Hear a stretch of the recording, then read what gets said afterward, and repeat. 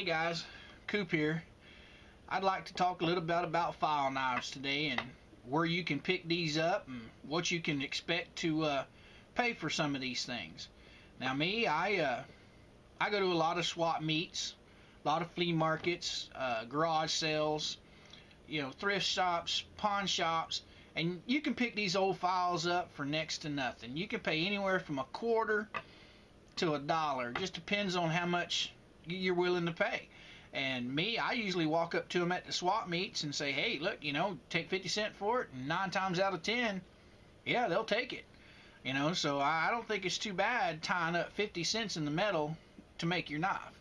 And these make really good knives, long-lasting knives, razor-sharp knives. And, if you don't know much about, making a knife and you want to learn, there's a lot of good information on YouTube on how to take these old files like this and turn them into something like this, or this one, or even this one. It doesn't take a whole lot to convert this into this. And if you think you can't do it, think differently, because there's a guy named Tim over at SugarcreekForge on YouTube. He breaks it down to where anyone with the simplest tools can turn one of these right here into something like this. Now, I haven't seen any videos on how he tempers them down to make them softer, but I'm sure if you ask him, he'll be more than happy and willing to tell you how to do it. Me, I take and build a fire, let my wood burn all the way down to my coals. I throw all my files right in the fire, and I put about 2 foot of wood on top of them, and I let them sit there and burn. They'll burn all night, all the next day, and when it's completely out, I go out, I pull the files out, stick them on my workbench, and just let them slowly cool.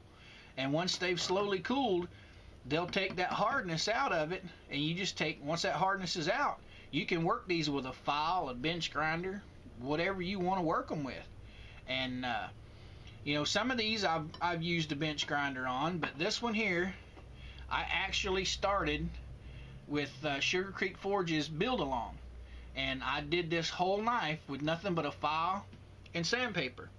I'm not completely done with it. I've got a little bit more to do to it, polishing up the blade before I heat treat it. But if you're interested in making a knife, don't let the fact that you don't have all the knowledge stop you, because there are plenty of people out there, especially people like Tim over SugarcreekForge, that are more than willing to help you or refer you to the videos that he's already posted that will teach you very easily and inexpensively how to make these knives. And if you put a little bit of time and heart into it, you can come up with anything. Here's one that I finished about a year ago. It's one of my first ones. It's not completely done. I haven't got it completely razor sharp yet, but I made this little thing for my wife, and I've got to polish the blade still on it. I got to finish the handle, but she likes it. It's perfect little knife for her, and it's strong. It's sturdy. This is one of those things that you pass down from generations to generations because it was an heirloom. So if you're interested in making file knives, don't let the fact that you've never done it stop you.